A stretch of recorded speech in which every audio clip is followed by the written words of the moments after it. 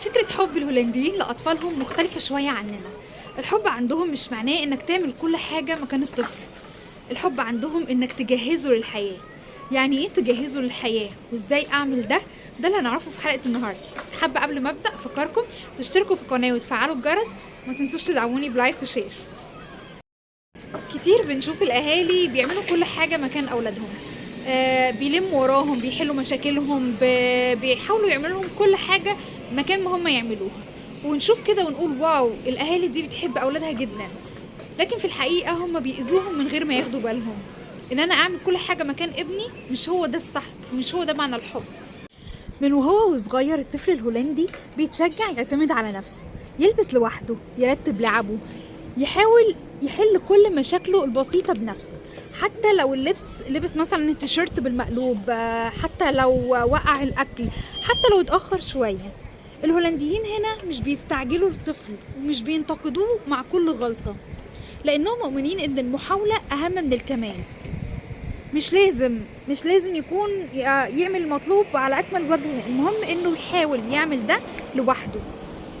الطفل لما بيحاول حتى لو غلط بيتعلم، لكن الطفل اللي كل حاجة بتتعمله بيفضل مستني غيره طول عمره. وهنا لازم نفهم فرق مهم جدا.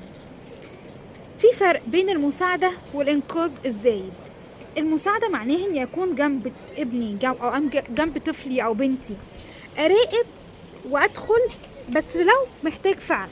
لكن الإنقاذ الزايد يعني إن أنا بشيل عنه أي تعب، أي إحباط، أي مسؤولية، وده من غير ما نحس بيطلع الطفل مهزوز مش واثق من نفسه. الهولنديين كمان بيدوا للطفل حرية الاختيار من بدري. اختيار بسيط بيناسب سنه، يلبس ايه، ياكل ايه، من اختيارات هما محددينها، يلعب امتى.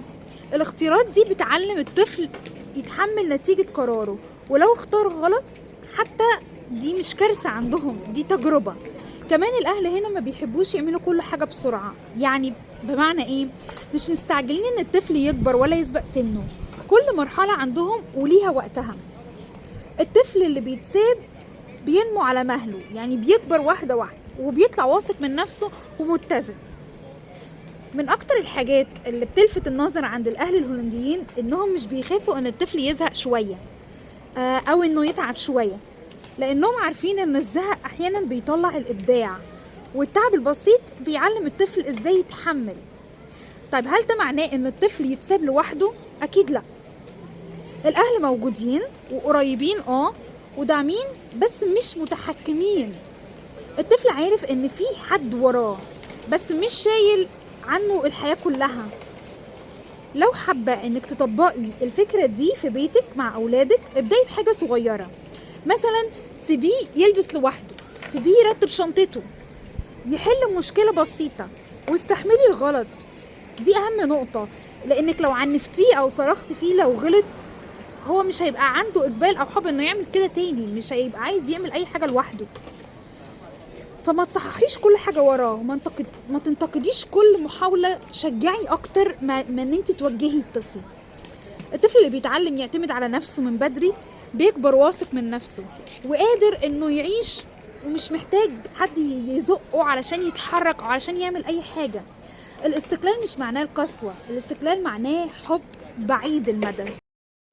في الحلقة الجاية هنتكلم عن موضوع مهم جدا عند الهولنديين، وهي ان المدرسة مش كل حاجة في حياة الطفل، ومع ذلك اطفالهم بيطلعوا اشخاص ناجحة ومتميزة جدا. علشان تعرفوا ده ازاي، ما تنسوش تشتركوا في القناة وتفعلوا الجرس عشان توصل لكم كل الجديد، وتعملوا لايك وشير للحلقة. شكرا، سلام.